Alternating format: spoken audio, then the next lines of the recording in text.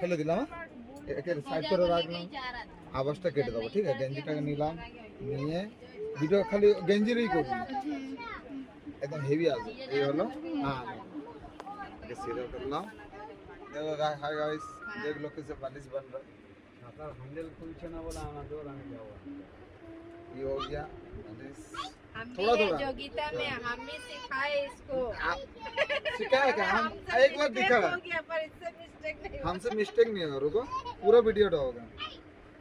अरे यार इसको ढुकाओ ना ऊपर अरे में। रुको ना, इसको बाद में ढुकाएंगे, इसको बाद अरे में। इसको क्या उठाया जा रहा है उसको यही तो देखो ना, सिस्टम तो देखो ना, तो थोड़ा इसका हल्का हल्का थोड़ा इसको आप गड़बड़ाए नहीं, गड़बड़ है नहीं, इसको चापना होगा। रुको देख देख के अब तक खराब कर देंगे। ना, तक क्या खराब नहीं है। रुको, वीडियो करना चालू रहेगा।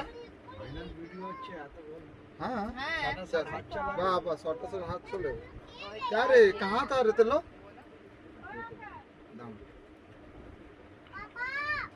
এই নাম থেকে পাপা বলো। মেসো, হ্যাঁ তুমি তোমার ফোন থেকে আমাদের ফোনে পাঠিয়ে দেবে। হ্যাঁ হ্যাঁ, ওইটাই বলছি। আমাদের ফোনে ভালো এটা আসছে। কর, এটা কর। হ্যাঁ করছি, তোমার ফোনেই করছি।